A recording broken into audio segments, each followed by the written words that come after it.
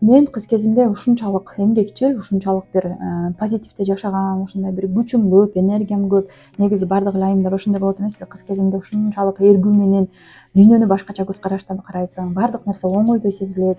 Анан ошол күчүбүздүн баардыгын турмушка эгерде мындай туура эмес турмушка чыгып алган болсок, күчүбүздүн баардыгын ошол жерге арнап жибергенден кийин ал жерде сенин ордуң жок, ал жерде сенин иштеп тапкан акчаңа да өзүң ээ боло албайсың, өзүңдүн жаткан жериңе да ээ боло албайсың. Каалаганын берет, депсеп, каалагандай буюмдарыңды колдонот дегендей, өзүңдүн жумушуңа да ээ боло албайсың. Мунун артынан мен да көп жылдар бою канчалаган иштеп тапкан акчаларымдын баардыгы ошол өзүмдүн чөйрөмдөгү адамдар ошо ээлик кылгандыктан мен өзүм ээлик кылган эмесмин өзүмдүн акчама.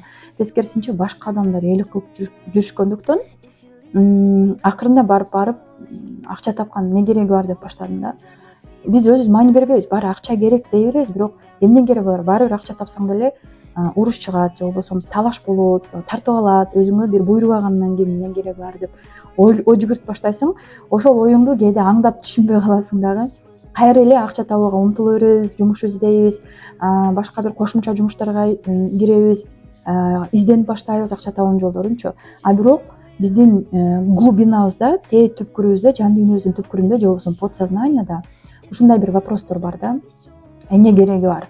Баары бир акча тапканың менен ага ээлик кыла албасаң, ал акча толугу менен сага буйрубаса, акча табыштын кереги жок деген установка бар. Чындап эле менде ушул суроо жашап жатабы деп, биздин акча табышыбызга тоскоол болуп жаткан блокторду таап алганыбыздан кийин оңой эле болуп калат экен да акча табышчы. Аялдарга негизи Кудайым чындыгында өзүнчө бир күч берип койгон.